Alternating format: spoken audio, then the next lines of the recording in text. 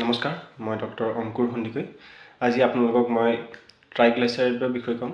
ট্ৰাইগ্লাইচাৰাইড এবিধ চৰ্বি, যি ফেট বুলি ক'ব পাৰোঁ। আৰু ট্ৰাইগ্লাইচাৰাইড বিশেষকৈ আমি যেতিয়া কিবা চৰ্বিযুক্ত আহাৰ খাওঁ তেতিয়া ট্ৰাইগ্লাইচাৰাইডৰ পৰিমাণ আমাৰ বঢ়াৰ সম্ভাৱনা থাকে।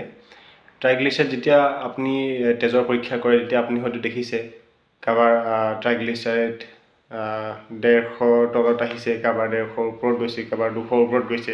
তো এনেই নৰ্মেল ৰেঞ্জ আপোনাৰ ট্ৰাইগ্লাইচাৰাইড 150 তলত থাকিব লাগে। আৰু 150 পৰা 200 ভিতৰত সেইখিনি বৰ্ডাৰ লাইন বুলি ধৰা হয়।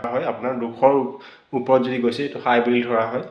আৰু যেতিয়া আপোনাৰ 500 ওপৰত যায় তেতিয়া আমি চিভিয়াৰ বুলি ধৰা হয়, মানে সেইটো বহুত বেয়া ফালে গৈ আছে, তেখেতৰ হাৰ্টৰ ৰিস্ক বাঢ়ি গৈ আছে। তো ট্ৰাইগ্লাইচাৰাইড বঢ়াৰ কাৰণবিলাক কি কি মই তাক ক'ব বিচাৰিছোঁ।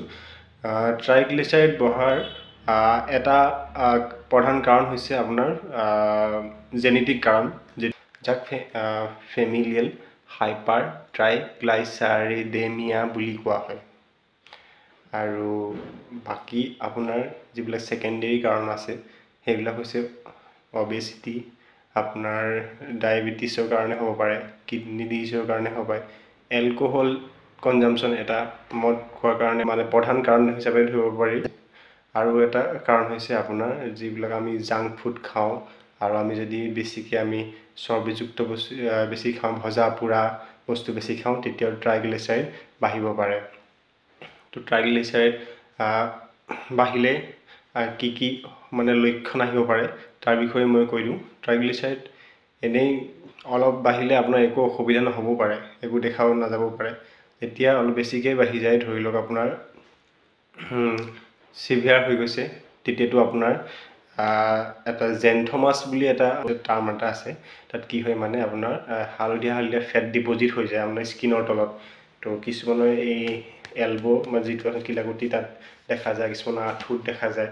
মই আপোনাক পিকচাৰত দেখাই দিম ইয়াত কেনেকৈ হয়। তাৰপিছত আপোনাৰ জেন্থেলস্মা বুলি এটা আছে টাৰ্ম, যিটো মানে আপোনাৰ চকুৰ তলত এনেকৈ আপুনি দেখিছে চাগে, এইটো বহুত কমন হয় চকুৰ তলত, কাৰণ ভিজিবল হয়, মানুহক দেখিলে গম পায়।